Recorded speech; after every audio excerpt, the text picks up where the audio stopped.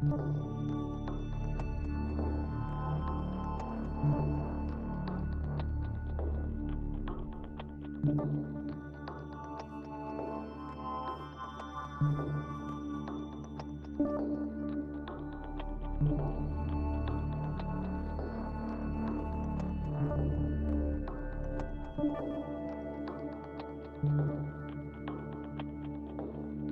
us on Geek Blood, the show you can't ignore.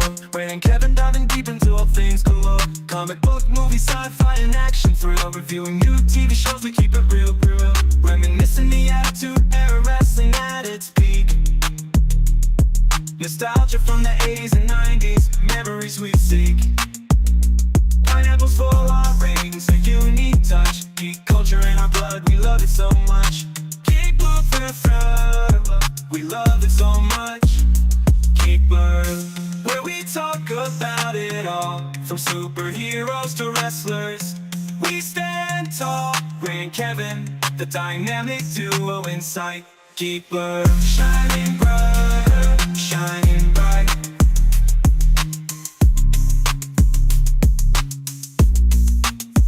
Did you hear about Pluto? Let's messed up right. Geek Blood, taking you on a nostalgia flight. From movies to TV, we cover it all. Join us every week, we'll have a ball.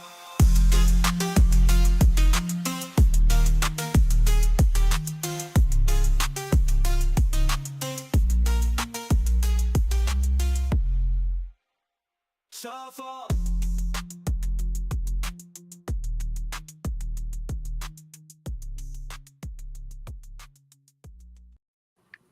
Hey, what's going Hey, on? what's going on, man? How we doing? Not much. We're doing good. That's good. That's good. Yep. Gonna start. The other night, I took a bunch of edibles and woke up verified on Twitter, so that was fun.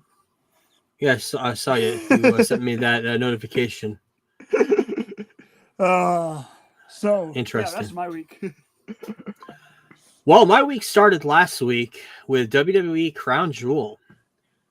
One of the last appearances of John Cena in the WWE.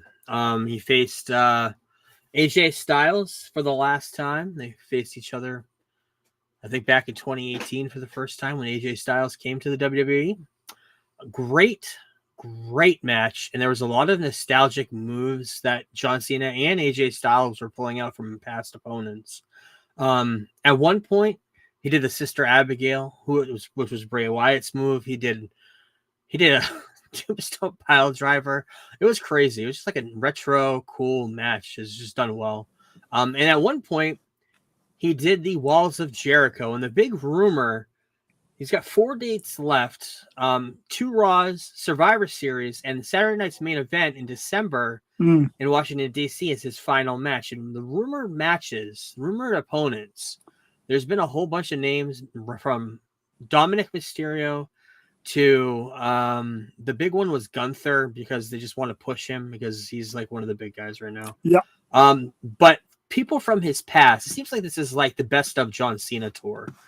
The rumors have been Edge, because he had a big, huge run with Edge in the like 2000s with the Rated R Superstar. That all came out of that feud. The rumor is him jumping over from AEW. I guess kind of contracts in limbo. The bigger rumor has been that, and it got fire to it, I'll talk about it in a minute, but that Chris Jericho could be jumping over. He's been in AEW since AEW came about. Was the big name of the company. That's the big hire that Tony Khan had. And his contract just ended this summer. And there's been speculation that he may be coming back to finish his career in WWE. As he should. And right, as he should. And he got his career in WCW, yes. But we all know how great of a wrestler he is and what WWE gave him from the ladder of success in WWE. This week, he announced his cruise. He's had 5 cruises, I think. He has his Jericho cruise. No AEW superstars or wrestlers on that cruise this time whatsoever. So speculation and the fire to the flames this week was that, yeah, he's left AEW. So that opens the door for him coming back to potentially be John Cena's final opponent. to the point where when John Cena hit the Lion Tamer, or Walls of Jericho, I guess they called it in WWE, Chris Jericho reposted that on Instagram in a story. I know Undertaker did the same thing when they did the Tombstone and everything. So everybody was just happy to see this match. It's getting rave reviews. I loved it. One of the best matches I've seen this year. And this is all. If you don't know how to get it, it's on ESPN. If you have the ESPN Unlimited thing, which I talked about a few weeks ago during not SummerSlam, but the last whatever the last pay-per-view was. But yeah, great match. Show was okay. Great match though. Was this when he hit Sister Abigail, or was that on something else? This was that match. Yeah, this is like it was like that went viral. Yeah, because he hit that Sister Abigail and then all the lighters went up. But it was like no announcement, no nothing, just happened. Yeah, and it just was crazy. But yeah, I'm looking forward to see. He's got 2 Raws in November. He's got his homecoming in Boston, which will be his final appearance in Massachusetts. So it'll be on Raw, I think, on November 11th. And then later on, a couple of weeks later, maybe the 18th, is Madison Square Garden, which is, of course, the home of the WWE back in the day. And then Survivor Series, his last pay-per-view. It's going to be in San Diego at the end of the month. I think it's like November 30th. It's the weekend after Thanksgiving. And Saturday night's main event in Washington, D.C., they won the... I guess they bid it. They bid high enough to have his final match happening in Washington, D.C. They put the olive branch out for the president to be there. Not sure if he'll be there. It's going to be pretty much what you'd expect from the UFC running a WWE program for this final match. It's going to be huge business. Tickets went on sale today. I don't know how they were running, but I know the demand is high, but the prices are even higher. So it's crazy what the ticket prices are with TKO behind everything now. But, yeah, I think I saw the cheapest seats like $200, and it's like obstructed view. Yeah, that's nuts. That's crazy. You know, cheapest seats for us when we went were probably like what, $15-$20. Oh yeah. So yeah, and that was up in the rafters. But yeah, so very very excited to see these last 4 appearances. Not sure which appearances will actually have a match involved in it, but John Cena on his final run, doing a great job showing his respect to wrestling, and this match definitely proved it last week. And if you haven't seen it, go hunt it down. Some of the clips are on, like you mentioned, it's gone viral on Instagram and Twitter. So very very good. The other thing that we watched this week, I just watched it today actually, was Gen V. Oh, nice. The penultimate episode. Have you watched it yet? Oh yeah, I watched it Wednesday. What a great episode. Finally revealed who the mastermind and all the pulling the strings literally of everything going on. And it's the kid from Wicked who's dating Ariana Grande in real life, who plays the Munchkin. Who's gonna have a bigger role in the second movie without giving the spoiler away. But yeah, he is Godokin, what the school is named after, and he was kind of frozen in time. But he was more of like a Professor Xavier type of character, where he was controlling the Cypher guy, who wasn't really Cypher. He was kind of like a puppet master behind him and all of his moves and everything that he was doing. And he was controlling him the whole entire time while he was in this coma and this stasis down in the basement. And once Marie touched him and healed him, his true potential and his true form and his true motives came out. And he just is basically like the Adolf Hitler of soups. He wants to just make all the heroes that are great, and all the weak ones he wants to murder. And he did murder one at the end, the one that had hands for feet. But yeah, it's going to be a crazy, I think finale is next week. It's going to be a crazy episode setting up what the boys' final season is going to be. And they're talking about there being a 3rd season of this. So I wasn't sure, but depending on how many people are watching it, they did talk about it today in a couple of articles that there could be a 3rd season. They already have plans for it. So yeah, interesting to see where this continues. But I mentioned to you, I don't think you've had time probably this week to watch Tulsa King. Continue watching it. Nope. I finished it. I'm caught up. There are 4 episodes into the 3rd season. So I'm not going to get into anything, but wow, this show is amazing. Sylvester Stallone did not the Incredibles, what was a movie franchise he had like a decade ago? Not The Incredibles. What the hell am I thinking of? Expendables. Expendables. Yeah, Jesus. Got kicked out of that franchise for being an asshole behind the scenes. From what we heard with Bruce Willis, I think was involved. Something happened there. Got kicked out of that franchise. Hollywood did not want anything to do with him. So he ran to TV with Tyler, what's his name from Sheridan. Taylor Sheridan from Yellowstone. Don't know anything about that. Never watched it. But they gave him a whole entire series to be this mob boss set out of Tulsa, Oklahoma. It's Tulsa King. He used to be a mob boss in New York City, moved to Tulsa, and became the king of Tulsa, the Tulsa King, and rounded up all these kind of weirdos. Not necessarily mobsters, but he's kind of turning them slowly into mobsters. Best part about this is Martin Starr, who I love. I love him in all the Judd Apatow movies and TV shows he's been in. So Martin Starr, part of this crew. There's a bartender. I love him in this show. And his driver, who I have never seen him in anything else, but he's probably my favorite part of this show.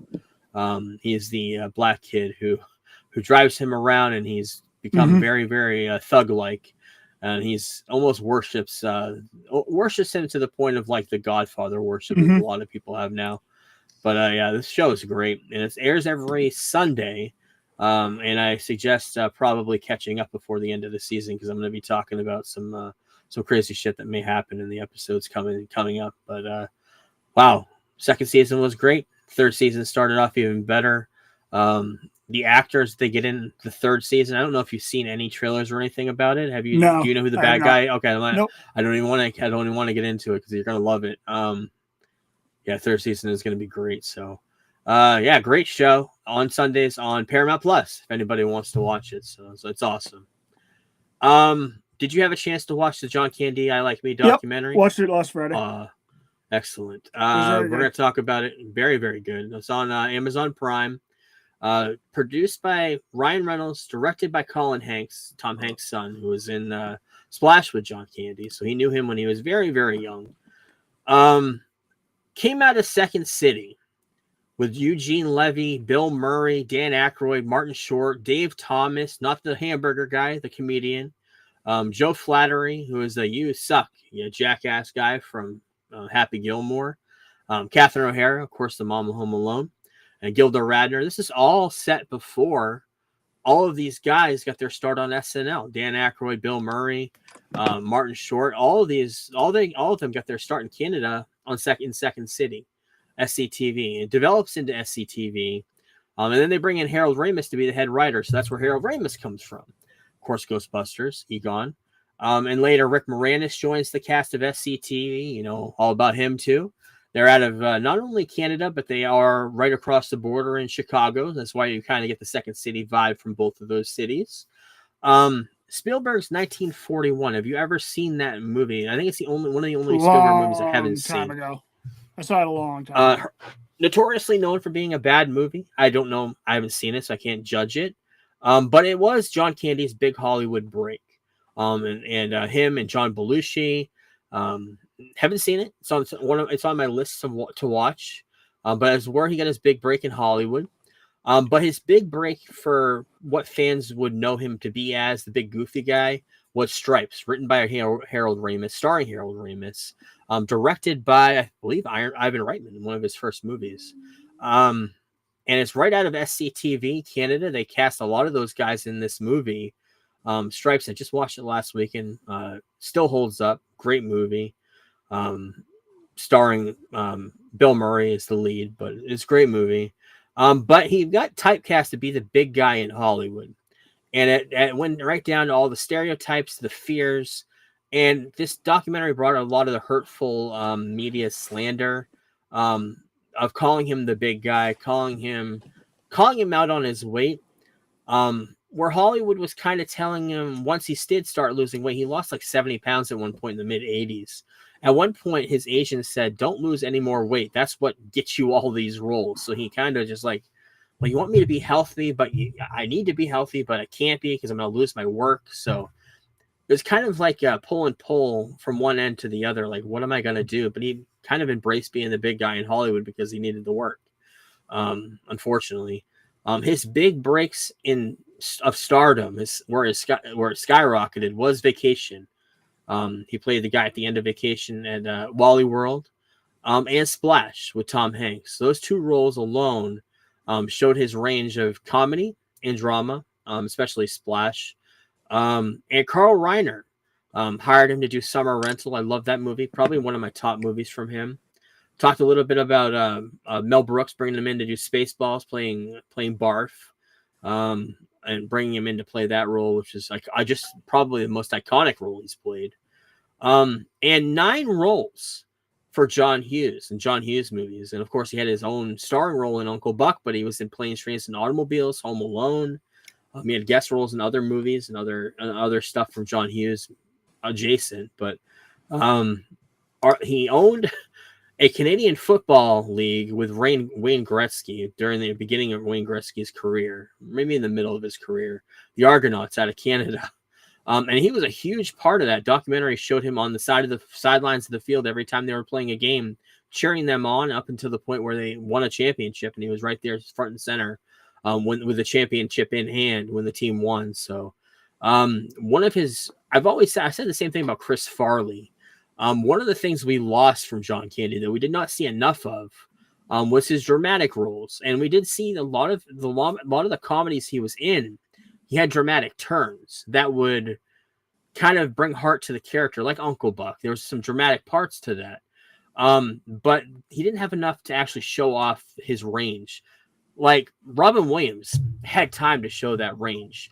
Chris Farley, I think if they gave him time, maybe 10 years after, if he had lived longer, I think we would have seen more of a dramatic range from him. John Candy was starting to get into that. He was in JFK. I remember I saw that last year during the anniversary for the John F. Kennedy assassination, and he was in that. And it was a comedic dramatic role, more on the drama side. But yeah, I wish he had more time to. I always say that about people who die young, but I wish he had more time to show off that drama, more dramatic roles. But unfortunately, fame, health, self-medicating, crippling anxiety towards the end kind of took him down, took him out of kind of being confident in himself. He did Cool Runnings right around 93, a year before he died. Another great movie from him, but he died at the age of 43, very young. He was filming a movie, I believe he directed up in the Midwest somewhere. I can't remember. It was Wild West, or it was something. Wasn't the movie with Matthew Perry or Matthew, the guy from Friends? Wasn't it that movie? No, that's Chris Farley. That's that was Chris that's Farley. the Lois and Clark movie that they did. Yeah. No, this is I want to say it's Canadian Bacon, but I know that's the last one that came up. There was another one that was with Richard from Curb Your Enthusiasm. What's his name? Richard Lewis? Richard Lewis was in it with him. His last movie. Okay. 1994 he passed away. 1993, 1994. When I was younger, I'm a big kid, always have been. This was probably the first celebrity death that really hit me, because I love John Candy movies. I love John Candy, and seeing him on TV appearances wherever I used to see him. Having that death really happen in real life and realizing that there are going to be no more roles for him, that was the first celebrity death I really went through. Chris Farley would be the next big one 4 years later, but left us way too soon, but left a huge body of work if you think about it, a very short amount of time, from 1980 to 1993. Just the amount of movies. He made a lot of favors for people. He was beloved by everybody, but a lot of people took advantage of that, and he did a lot of shitty movies because of it. Documentary kind of tackled that a little bit, where he did favors for a lot of directors and writers, came in and did roles that were probably beneath him, but yeah, he ended up calling them turkey roles. But this is a great documentary.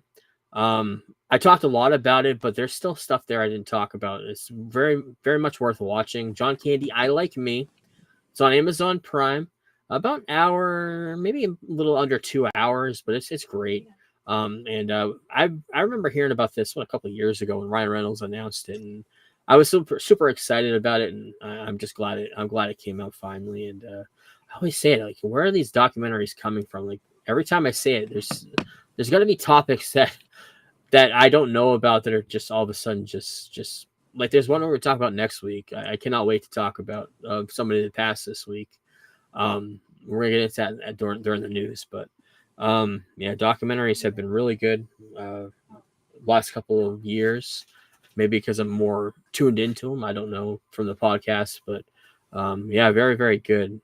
And you went to the movies. I saw it in the notes. I did put it. Yep. I did put it in here. You finally saw The Smashing Machine with Yes. The Rock. And Yes. I've been waiting for your response for this movie, because all I'm hearing about it is that The Rock's amazing in it. And I just know The Rock from doing The Rock type of things.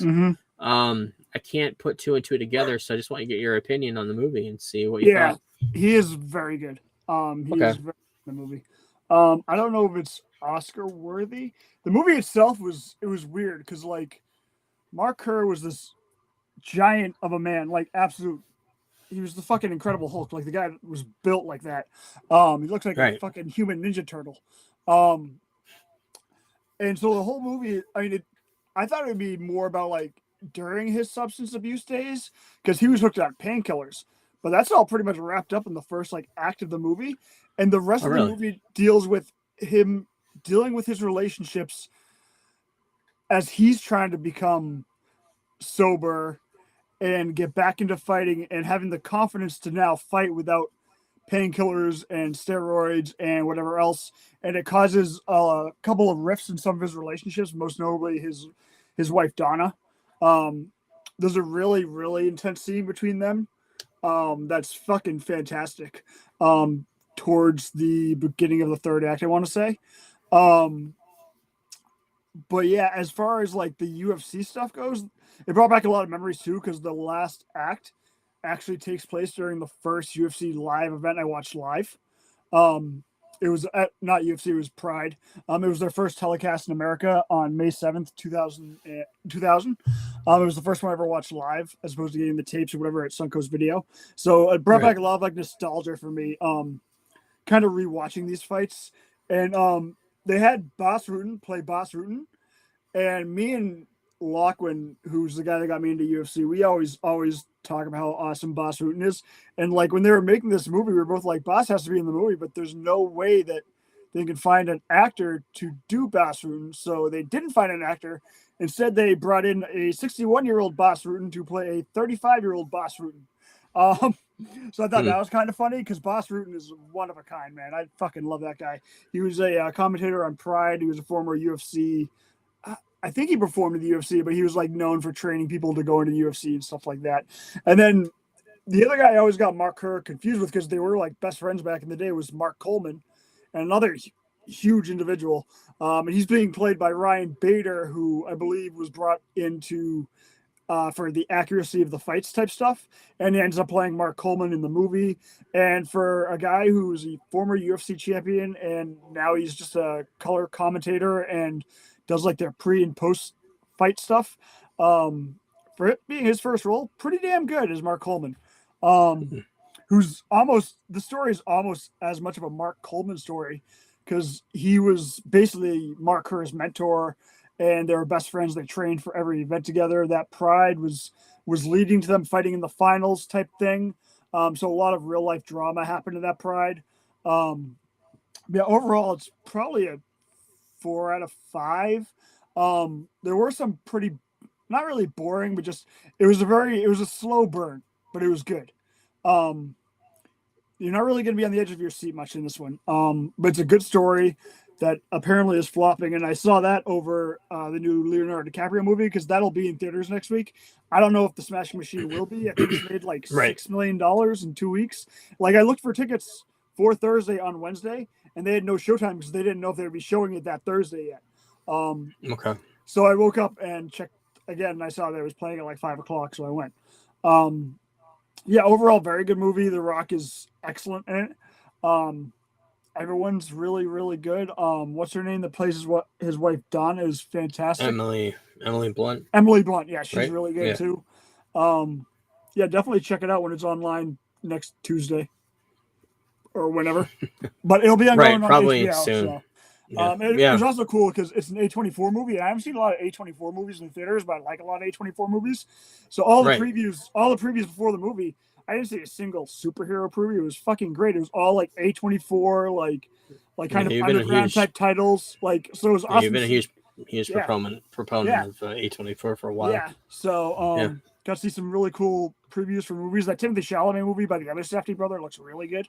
Saw that trailer for the first time. So yeah. It was a good time. Nice. Yeah, I can't wait to see that. I also can't wait to see the Leo movie now you brought it up. I'm excited to see that. I also did purchase the UFC app after it, so I could go back and watch Mark Kerr's fights. No, that's cool. It was like 3 months. It was like 1 month was like $10, but 3 months was $20. So I just got 3 months of it because I can go back and watch any UFC event, and I do that every now and then once I'm off work. And it was funny to watch like how fucking terrible the production value was of early UFC. Like they would be announcing Mark Kerr, but the camera would be focused on his opponent. So, and like there was just random times where like the audio just leaked through. It's just watching old UFC is really funny in hindsight. Like after UFC like 5 when they weren't making any money still, and Joe Rogan came in like UFC 14 and worked for free for like the first 2 years. He didn't get a single paycheck from the UFC, which is why he makes so much now because Dana White takes care of him because of that. It's just funny to go back and watch old UFC. Yeah, you've been a huge. I remember in high school you were talking, maybe Yep. middle school you were talking about UFC. So it was right around probably 98. I became a huge fan of UFC, and before that it was just because like Taz reminded me of a UFC fighter. right, So, yeah. 97, 98 probably. First time I heard about it was WCW with a lot of UFC guys coming in. Tank Abbott was the big one. I remember that. And failing miserably. Yeah. But Halloween. We are on our third week of Halloween movies. Mm-hmm. And we watched a classic and a new one. First one we watched was The Lost Boys, 1987. Yes. Both of us never saw this movie. Starring role for Kiefer Sutherland. Of course, known more now probably for 24. Yeah, I'd say so. Corey Haim, Corey Feldman, one of their movies that they were in together. Alex Winter, one of his, if not his first movie, set before Bill and Ted's Excellent Adventure. Right? Yeah. Yep. Okay. And the star of this movie, Jason Patric. Yes. And I asked you, what did I see? Where have I seen Jason Patric in? What have I seen him in before? I couldn't remember. I still can't remember. What was he? What were we talking about? For me, it was Speed 2. Yeah, there's another Sleepers, which is another Sleepers, fantastic movie. Yes, which you got me watching a couple of years ago. Yeah, that's what it was. But he's a star of this, and he gets turned into a vampire. By Kiefer Sutherland, kind of makes him drink his blood. Thinks that he's making him think it's wine. It's actually blood, and he becomes a night walker. And he has to make a kill before he becomes a full vampire, or they have to kill the lead vampire, who's another actor we've seen in everything. He's one of those character actors, the lead of this, the big, huge lead vampire. Yeah. He's been in everything. I believe the first time I saw that guy was he was the father in Richie Rich with Macaulay Culkin, maybe? Yes. Yep. Yeah, right? Okay. I believe so. He's one of those guys. He's been in random movies. Like, I think he was in Single White Female, which I saw when I was younger because I was like 7 and it had boobies in it. Right, yeah. He was like one of those guys that just like floats around that you have no idea what the fucking guy's name is. He looks like he should be in a somewhere. Right. But yeah, all I kept saying during the entire watching of this movie is if I had seen this movie when I was 10 like I should have, it would have been my favorite movie of all time. That's it would have been amazing. And I also kept thinking this is what got Schumacher the Batman gig. Yeah. Because he did dark and he did comedy or like campiness. So I can see why he was hired for Batman eventually. But yeah, this movie was awesome. Yeah, great. And I mentioned before, there's comic book connections to it. It reminded me a lot of The Crow, just from the commercials before I even watched it. Same kind of aesthetic, same everything. Yep. And then when he mentioned the Joel Schumacher thing, which I had no idea about, I didn't take a look at the credits. It's like, oh yeah, that makes perfect sense. There's a lot of that type of look to it. But yeah, great movie. Another great movie. You recommended this to me a few months ago when you saw it. But I held it off till now together, starring Dave Franco and Allison Brie. The only thing I ever saw her in was Community. But Dave Franco, I've seen in everything. Of course, Baby Franco, James Franco's brother. I remember seeing him, the first role was in Superbad, which is my favorite comedy of all time. Mhm. That and 40-Year-Old Virgin kind of go back and forth. But Together is a great body horror movie. As you can see in the poster, they're kind of magnetically connected to each other to the point where they want to be attached physically, literally. And if they touch each other, they start absorbing into each other. Very weird concept. You get all that from the trailer. And you realize much more about it than what I'm telling you now. I don't want to get into the big reveal. But yeah, great movie. Probably a 4 out of 5 for me. That's what it is for me too. I really enjoyed this movie. Yeah, it kept changing. I love Dave. Pun intended, it kept changing as the movie continued, and I also love Dave Franco. I like his brother too. I don't care if he got canceled. Right? His brother got canceled. Yeah. He did. But yeah, I really enjoyed this movie. It was nice, fresh concept. It reminded me of like last year we got The Substance. This year we got Together. Yeah. Next year, hopefully, Clayface will do that. Clayface. But yeah, nice body horror movie. I love body horror movies, especially ones like this and The Substance. Unique. Very unique. Very never seen anything like it before. I was trying to figure out if I like this or The Substance more, but there's almost so unique that you really can't pit them together. Like they're both body horror, but they're also like their own unique thing within the genre. So, but yeah, I love this movie. The ending's great. You see it a mile away, but you knew that's exactly what was going to happen. Yeah. And you kind of knew it when you saw what was going on. And you know, okay, so who they're going to cast to? I don't want to get into it, but great movie. And next week we got some other great movies, and the week after is the one I'm not looking forward to. We'll get into all that at the end, but until then, let's get into the news.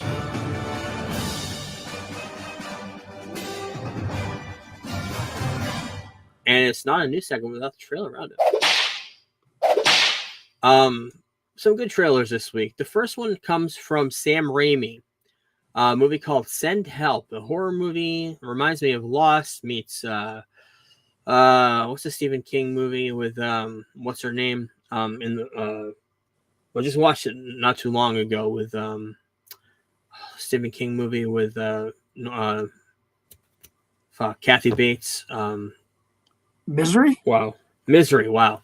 Yeah, it reminds me of Misery meets Lost meets the Castaway movie with Tom Hanks. All of that rolled into one. Where this woman played by what's her name? Wow, I'm blanking on names today. What's her name? The one that's in this movie. Why is it blanking me? She's a big actress too. No idea. I know she's a big name and it's blanking me right now. Rachel McAdams, right? Wow. Oh, okay. Oh, that's her. Okay. Yeah. She plays this worker who works in this office, and her boss works in the office with her, and the boss is an asshole. And they get stranded on an island after a plane crashes, and she ends up taking over, like being the lead role on the island, and ends up being like, "You're gonna listen to me. You're not the boss of me here. I'm gonna be running the show now," and all kinds of horror stuff, led by Sam Raimi, so you'd expect it.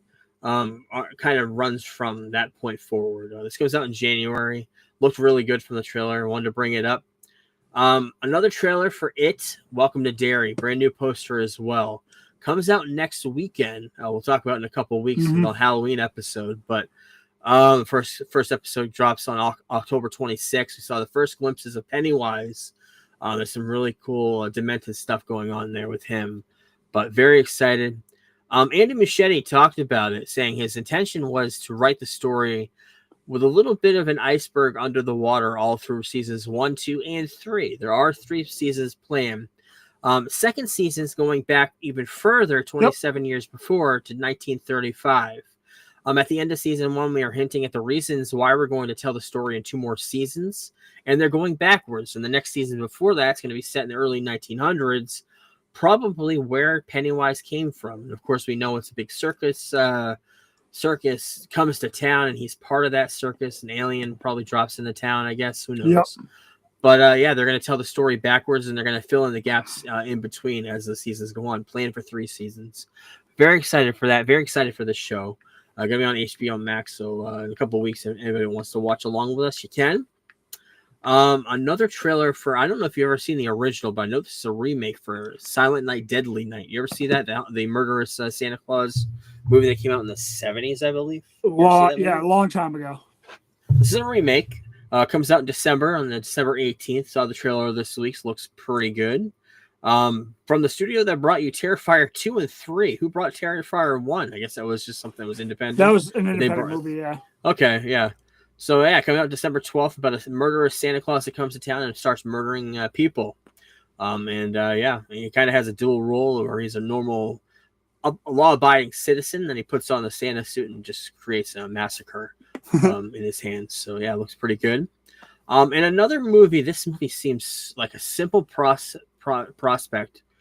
For some reason, had not happened till now, but Primate, a horror movie coming out January 19th about this a murderous primate who gets rabies, a family primate that gets rabies and becomes murderous and starts chasing and harassing his family and killing everybody around him.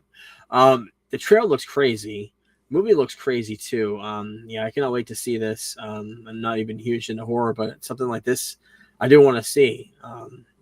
I just cannot believe it took this long to come up with this idea, but it coming out on January 9th. So yeah.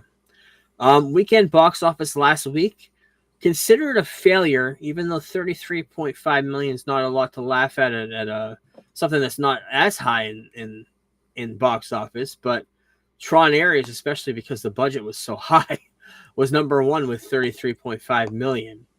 Roofman, the Paramount movie starring Channing Tatum, which I'm very excited to see, was number 2, 8 million. And One Battle After Another, the Leo movie, was the number 3 for the third week for 6.6 million. And Christopher Nolan talking about The Smashing Machine, saying he thought it was an incredible performance from The Rock. I don't think you'll see a better performance this year or in most other years, giving high praise to his performance. That's pretty good. You can have the worst box office in the world, but you have one of the best directors praising your role. That's pretty high on the praise level. So yeah, that's cool. Got some Hollywood deaths this week and music deaths this week. We're going to talk about some crazy ones. First one leading off with Diane Keaton, 79 years old, best known for Annie Hall, which I'm not a huge fan of Annie Hall. I know a lot of people love that movie. But The Godfather. She played Kay in The Godfather. That's where I know her. And Father of the Bride, probably when I was younger, but later on in life, The Godfather, playing the wife of Michael Corleone. And she's been in a whole bunch of stuff. She was, if you're talking about the Hollywood sweethearts or Hollywood darlings, she was probably one of the first ones. She kind of had played the cute girl, that kind of acted like she didn't know what was going on, but she really did. A lot of like you say, Julia Roberts kind of had that role later on.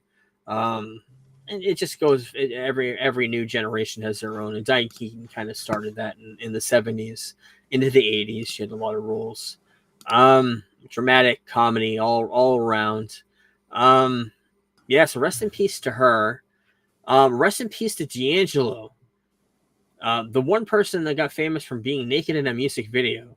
He was a lot more than that. He was an R&B artist, was huge, has some great albums back in the early 2000s, 90s.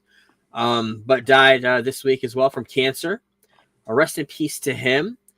Rest in peace to Jackie Birch. You don't know who she is by the name, but she was a huge part of Hollywood in the 80s. She was a casting director for Hollywood, but cast all of the John Hughes movies. Every kid that you saw in those John Hughes movies, 16 Candles, Breakfast Club, all those, she found them from unknowns and brought them into the Hollywood spotlight. Brought in Arnold and the whole entire cast of the first Predator movie. Brought in Cher for Mask. She was a part of the Dick Tracy movie, which is a huge, weird cast. But mostly known for bringing Bruce Willis, an actor in television, into the role of John McClane in Die Hard. She brought him into the spotlight, and of course, after that, he became a huge star in the movies. But not a lot of people trusted Bruce Willis, but she had so much faith in him that she put her name on him and said, "Yeah, trust this guy, trust my process. He'll be great in this movie," and he got the role. And John McClane, of course, we talk about him all the time at Christmas, is an icon of movies. That's Bruce Willis's role. 4 diehards later, right? So yeah, rest in peace to her. Not a lot of people know her name, but I think we should talk about people like that, unknowns in Hollywood that had such a big role behind. And speaking of that, not a lot of people know this name, but you've seen every piece of artwork if you grew up in the 80s. Drew Struzan passed away at 78. He also had cancer. He had Alzheimer's, I believe. I thought he had cancer too. Alzheimer's disease, it says.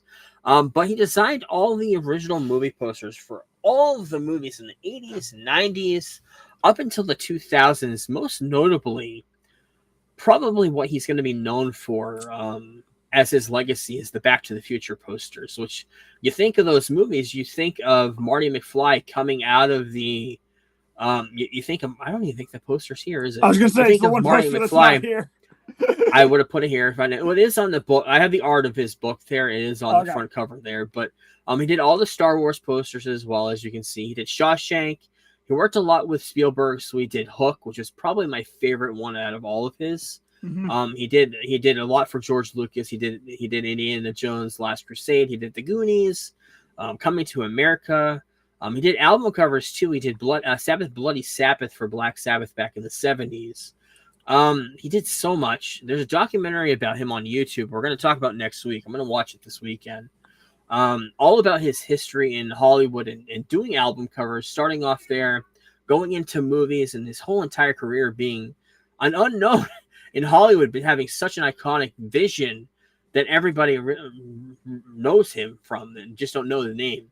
And that's another reason why we like to bring up people like this to talk about the unknowns and how much of an impact they had in our lives. We didn't even know it until they passed, unfortunately. That's why we try to give John Williams such a credit on this show, because not a lot of people realize where that music comes from. It's just such a creative mind. His art, very, very realistic art level, which I've become this last year a huge fan of. I'm realizing I'm a huge fan of it with Alex Ross. Alex Ross takes a huge inspiration from Drew Struzan because of his realistic poster art taken. I mean, these are things he's creating out of thin air. These aren't stuff that's being posed. He's taking the characters from the movies and just creating them in these poses, which is a remarkable thing to do for an artist that it's not doing like tracing the character. These are creating characters from what he sees in a movie or previews from a movie and creating a huge marketing poster that's going to be in a movie theater and promote the movies going forward. But huge loss for Hollywood. I don't think he's done posters in the last decade or so. I can't remember. There was one big one he did a decade ago. I can't remember what it was. But yeah, he did so much, and that just what I have a screen on here on YouTube is just the tip of the iceberg of what he did. I'm definitely gonna be getting that Art of Drew Struzan book. It's on Amazon currently, back ordered because everybody jumped on it as well after he passed. But rest in peace to him. And yesterday, I remember hearing that he fell a couple weeks ago. He fell so bad that he had a brain aneurysm. Ace Frehley from Kiss died. I'm not sure if you're a big, huge Kiss fan and you like a couple of songs. Yeah. Yeah, not a lot of people are kind of on the edge of Kiss. I like that movie that came out in the early 2000s about going to see Detroit Kiss? Rock City. Yeah, that's Detroit Rock City. Movie. Great movie. Yeah. Ace Frehley passed away. Huge guitarist, huge in the 70s, 80s with Kiss. Was mostly their iconic sound of guitar, the solos and stuff was Ace Frehley. And he was kicked out of the band in the 80s. Got in a lot of fights with Paul Stanley and Gene Simmons. He came back in 1996 for a reunion tour. But ever since then, they've had such a falling out, bad-mouthing, talking back and forth to each other. When they went to the Hall of Fame for Kiss in like 5 years ago, they were invited, but they told them that, Ace, you cannot play with us when we perform at the Hall of Fame. They did not want him being part of the band. He's like, we're a new band. We have members they took over for you. We want them to be a part of it, even though they weren't the original members. Kind of crazy that they didn't invite Ace to be a part of that, but it happened. And he passed away, and a lot of people in rock are saying that he's the one that kind of influenced guitar, for the glam rock part of rock and roll. People dressing up, looking crazy. Of course, he was a space cat, spaceman, space ace, whatever, for Kiss, with the stars on his face. But yeah, rest in peace to Ace Frehley. It came out of nowhere yesterday that he died. And everybody's saying he's such a great guy. And Gene Simmons and him had a huge falling out, talking back and forth about each other. But they all, Ace Frehley and Paul Stanley, both put out grievance notices on Instagram and Twitter. And so, yeah, rest in peace to him. But yeah, lots of deaths in Hollywood and music this week. Want to talk about them. Warner Brothers. We talked about it a couple of weeks ago. Warner Brothers has rejected the offer of Paramount's first bid to buy the company. Supposedly it was low. That's all I heard. I think it was too low per share or something. I think it was, talking about. They offered $20 per share. Yes, that's what the number I heard too. So yeah, nothing more than that. Probably put another offer in. So we'll hear more about that in the coming weeks. We'll get into that later on. Apple TV Plus has changed their name to Apple TV. Who the fuck I've been calling ever it added the plus anyways? Like right. Nobody ever said, like, if somebody would be like, oh, where can I watch it? It's on Apple. Right. I've been calling it Apple TV the whole entire time. Yeah. I think the reason why they did that is just because they have the Apple TV product. They wanted to separate it out, but we all call it Apple TV. It's what everybody knows it as. So it just makes sense. Speaking of Apple, announced today, they signed a 5-year deal to bring F1 races to exclusivity to Apple TV starting in 2026 for a crazy number. I mean, F1 is huge overseas. It's understandably for $750 million for the 5 years, which is crazy. Almost $1 billion for F1. Not huge over here. Huge in France. Huge in Europe, though. Huge overseas. That's where a lot of the races take place. But yeah, Apple did a deal with F1. It's been rumored for a while. But also, speaking of overseas, MTV Music overseas is for some reason they had MTV Music videos still playing on television over there. But they're taking them off the air. Nothing said about the United States. I know some of the cable companies still have like MTV 80s music club. They still have some MTV stuff that you can watch over here, but all overseas stuff. The global Paramount Global is getting rid of MTV Music, 80s, 90s, Club MTV, MTV Live. You watch the MTV now, it's all live. It's all like reality stuff, and it's that Rob Dyrdek show that I never watched an episode of. Big and whatever, I can't remember. I don't even know what the name of it is, but there hasn't been a music video on that channel in probably 20 years. So yeah, kind of the beginning of the nail in the coffin for MTV, even though it hasn't happened in America yet. It's kind of on the low priority list of cable networks, you could probably say. Taylor Swift's The Life of a Showgirl album that just came out a couple weeks ago, has the #1 record of all time in America with 4 million units sold. That is a huge, remarkable line. I don't think anybody will ever cross that line, except it could be her. But that broke so many records in the United States. And she announced this docuseries coming out on Disney Plus, coming out on December 12th about her final show for the Eras Tour. And it's going to be a docuseries mixed with the final show. At the end of it, I think the last 2 episodes is the final show of the tour. And yeah, she's just huge. She proved herself to be huge in the box office, and of course, music. She's proved that over time. But she's huge. She's definitely one of the biggest artists ever to be in any part of American lexicon. So yeah, crazy. Announced today, Weapons. Wanted to bring this up because anybody who has not seen it should go on HBO Max on October 24th, which is next week, and go watch it. I think it's next Friday. Weapons is going to be on HBO. Weapons is a great movie with a great twist to it. Yeah, it's going to be on HBO if you have that. So watch it. Got some new. Oh wait, no, I don't have that yet. AMC and Netflix decided to work together. Theater chain will show K-pop Demon Hunters on 400 screens during Halloween, and discussing ongoing ideas for theatrical opportunities for next Netflix shows going to AMC. We have some AMCs about 45 minutes away from us. We have Regal's closer. So this makes sense. Countrywide, it makes sense. We always talk about Netflix, how they're more focused on the streaming rather than the numbers for streaming rather than the theater, especially something like Knives Out, which we bring up all the time. Frankenstein is going to theaters, but Stranger Things, they're dead set against putting the finale. I remember seeing the Duffer Brothers this week talking about it. They wanted the finale to Stranger Things being in the theater, and Netflix was like, no, we don't want that. You're a television show, number one, and number two, you bring us so many people watching. We want the viewers. We want the subscribers. I don't know. That'd be a weird thing to do, though. Like, because would you do it for like one showing, or would you put it in the theaters for like 2 weeks? But then, like, you'd have already maybe have seen it on Netflix. It's just a weird idea to do like that. Like, it's not like with a movie. With a movie, with a movie, you can put a movie in theaters over 2 weeks, and then release it on Netflix. But like with the end of a TV show, like it's going to be on Netflix at the same time, so that's a little different. But I like what they do with Knives Out, where they put it in theater for 10 days. That's the perfect sense. Yeah.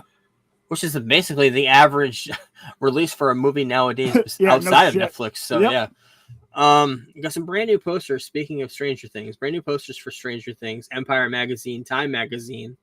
So the promotion has started for the final season. I'm very excited for that. Going to jail this week, Eddie Winslow from Family Matters. Darius McCary got arrested going over the border. I don't remember where he was. He was going into the U.S.-Mexico border. And they arrested him at the border for having a warrant out for his arrest for not paying child support.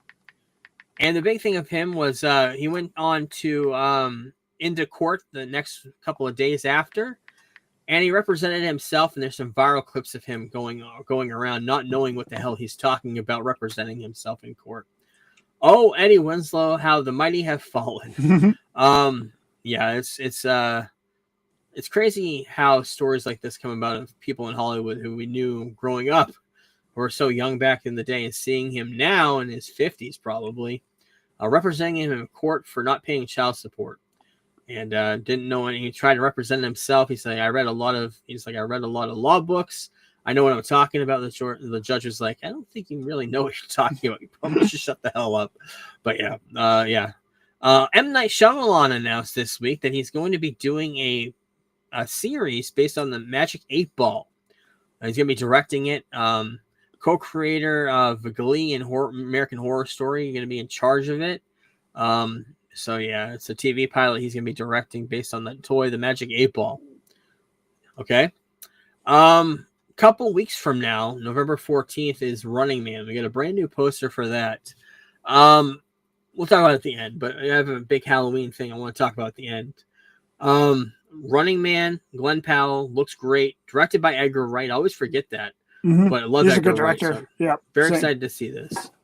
And Jim Caviezel, not going to be returning as Jesus in The Passion of the Christ, the Mel Gibson movie, or Resurrection of Christ, the sequel. So they recast the role.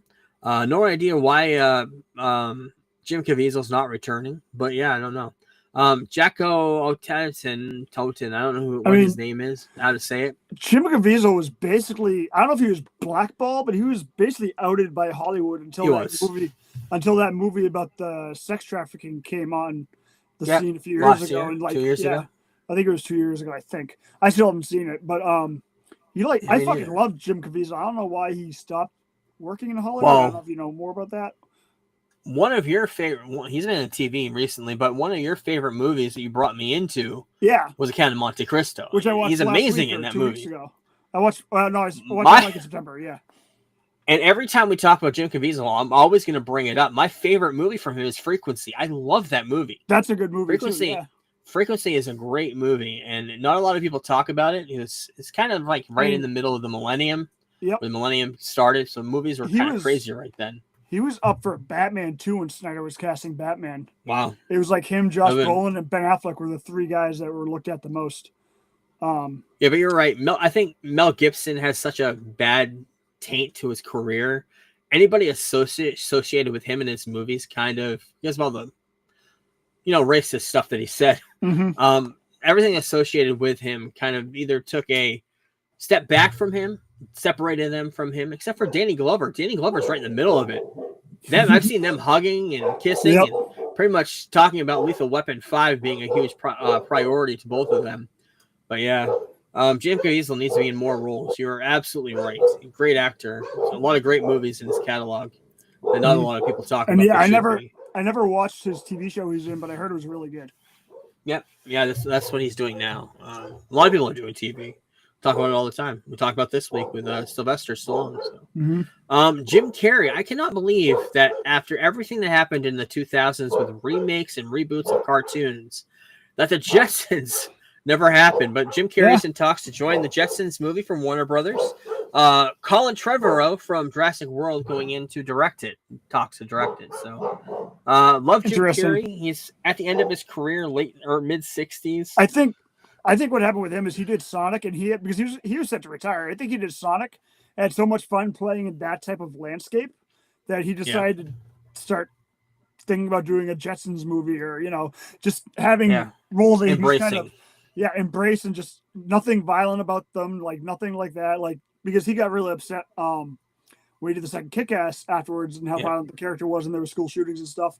He spoke out about that, but I think when he did the Sonic movies, he's doing films that he just has a lot of fun doing, and that everyone can pretty much see. Yeah. Shrek 5 coming out next year. Zendaya joining the cast as the daughter of Shrek and Fiona. Big rumor I saw this week. I'm going to bring it up in case it comes true. That Shrek 5, I don't know, the basic story of what Shrek 5 is. It's basically all the fairy tales like from Mother Goose and the Brothers Grimm come to life. And Shrek's universe is the fairy tale universe. And the fifth movie, there's rumors that Farquaad, who was played by John Lithgow, will be the villain again, but it's going to be set in real world. In other words, Shrek, Fiona, and Zendaya are going to go into the real world. They're going to be leaving the fantasy world, going into the real world, where Farquaad is going to be running a Shrek-themed amusement park like Universal Studios in the real world. And Shrek's going to see himself on posters and on amusement park rides and merchandise. If that happens, that'd be crazy. If they haven't announced John Lithgow coming back, but that would be a huge, huge find and get because he's doing Harry Potter currently. Of course, we love John Lithgow from Dexter, but I love him way back from Third Rock from the Sun. But I would love to see him come back for the fifth Shrek movie. That'd be awesome. And this type of role would be amazing too. Ubisoft. There's supposed to be an Assassin's Creed game set after the Civil War. I heard this week. I wanted to bring it up. It was going to feature a black assassin who was formerly a slave, would fight the emerging Ku Klux Klan, and the leadership behind the game canceled it because of the political climate and everything racist that was going on in the game. I think that would have been amazing. It's sad that we didn't get that. I wonder if we'll ever get that. But a black assassin was a slave fighting the Ku Klux Klan would have been amazing. Something we lost out on. Mortal Kombat 3 reportedly in development. We'll talk about more in May when that comes out. But not a lot of swag, but we do have a couple of pop figures. Swag stuff we all get. Come on, son. You know that's right. Of course, it's October, Halloween. You can't go without talking about some horror pop figures. We got a great Pennywise figure, which I actually do want to get. I don't think there has been an old Tim Curry Pennywise figure ever. Looks really cool. Regan from The Exorcist. We'll talk more about that in a couple of weeks. Chucky from the Chucky movies, and Child's Play, and Trick or Treat. I never saw that movie. I don't know what that is. So yeah. New York Comic Con happened last weekend, and Marvel announced some new stuff. They announced that season 2 of X-Men 97 is coming to Disney Plus in the summer of next year. Also announced that Your Friendly Neighborhood Spider-Man season 2 coming out sometime in the fall of next year. And Wonder Man coming out in 2 months on Disney Plus. The series. What's going to be a movie? Oh, I guess it is a movie. I thought it was a series. Wait a minute. Oh, no. Sorry, I read this wrong. Wonder Man, the movie. Within the series, yes. Within the series We got the first look of that on the right there. We got the first poster for the series there. Wow, I'm so behind. It's going to follow, of course, Simon Williams, who is Wonder Man in the comics, auditioning for the roles of the reboot of the classic Wonder Man series, bringing it into the movie of this. So it's basically going to tackle here Hollywood and reboots, remakes, and how the superhero fatigue, as you can see in the poster, is being talked about as well. So kind of a tongue-in-cheek Hollywood love story of comic books. So I'll wait and see on that. We've got a brand new picture of Daredevil from Daredevil Born Again Season 2. Charlie Cox looks great. He's got the DD on the chest for the first time. And they finally officially announced, well, number one, they announced that Season 3 of Daredevil Born Again is going to happen. And the second season is going to premiere in March of 2026. The next thing we're going to see from Marvel Studios. And they also announced officially Vision Quest. It's going to be the end of the trilogy, starting off with WandaVision, continued with Agatha all along, and Vision Quest is going to be a third and final part of that, tackling Vision's story. Also bringing into the cast of that, which we've kind of been speculating since they brought in Wiccan and Agatha all along. They're going to be bringing in Speed. Tommy is going to be joining the cast of this. Don't know the kid's name, but he's going to be part of it. And they're probably going to have a reunion with Wiccan and Speed later on in the Young Avengers, wherever that happens, whether it be Avengers Doomsday or Avengers Secret Wars, wherever. But yeah. And finally in news, the DC side of everything, a multi-part animated adaptation, 4 parts of the 1990 epic Batman Nightfall. Of course, adapted in The Dark Knight Rises when Bane breaks Batman's back, the most iconic cover from that series. Batman 500, the die-cut cover of Batman on the front and Azazel in the inside. I have that cover. I love that comic book. Coming out, part 1 will come out in 2026, and probably the 4 parts are coming out sometime in the next couple of years after that. So, yeah, that's cool. I love that storyline. This is right during the time I was collecting single issues in the comic book stores I used to go in. So, yeah, very exciting. That is it for our show this week. Next week, finale for Gen V Season 2. Brand new documentary came out on Peacock today. Downey wrote that. We talked about it a couple weeks ago. I'm going to watch that. A 5-part Mr. Scorsese, Martin Scorsese documentary came out today on Apple TV. Not sure if I'm going to watch it all this weekend, but I'm probably going to start watching it, hearing it's great. I'm going to watch the Drew Struzan documentary. That's on YouTube. We're going to talk about that next week. But the Halloween movies for next week, I've decided that since we were going to hit some Stephen King movies, I'm going to watch some other ones that you've probably seen that I haven't seen. Starting off with Carrie, 1976. I think the first adapted project from Stephen King. Going to watch that. This is an idea of yours to watch Silver Bullet. I guess it's something you never seen. That's one I before. have not seen yet. Yeah. Correct. I've not seen that and Running Man, so we'll do both of those plus what you put here. Pet Sematary. Pet Sematary, the original. Yeah. Which I just watched that last year during my regular Halloween movies, so I love that movie too. So yeah, I'm looking forward. I'll be able to watch all these this week because work's over. So So next week's all about Stephen King. I cannot wait to see the first Running Man with Arnold Schwarzenegger because I love Arnold. We both love Arnold. So very excited for that. And Carrie, Silver Bullet, another werewolf movie. So very excited. And the next week after that, Children of the Corn, and The Exorcist. Not looking forward to that. Also going to throw in, if I can get a copy of it, I don't know if you found it or not, The Conjuring Last Rites. I'm going to watch that for the end of the month too. Okay. If you find it for me. We'll do that the last week. And Halloween, of course, we're going to be reviewing the first episode of It. So very exciting week for Halloween. And that's it for this show this week. And we'll talk to you next week, everybody. Peace. Peace. We're the Geek Blurb crew, here to enlighten you. Talking all things geeky, from movies to wrestling to our podcast is the place where you wanna be for all the latest news and nostalgia from the 80s and 90s. We review comic book flicks and sci-fi hits, riding the wave of action movies with all the cool bits. From Iron Man to Star Wars, we cover it all. And when it comes to wrestling, we never drop the ball.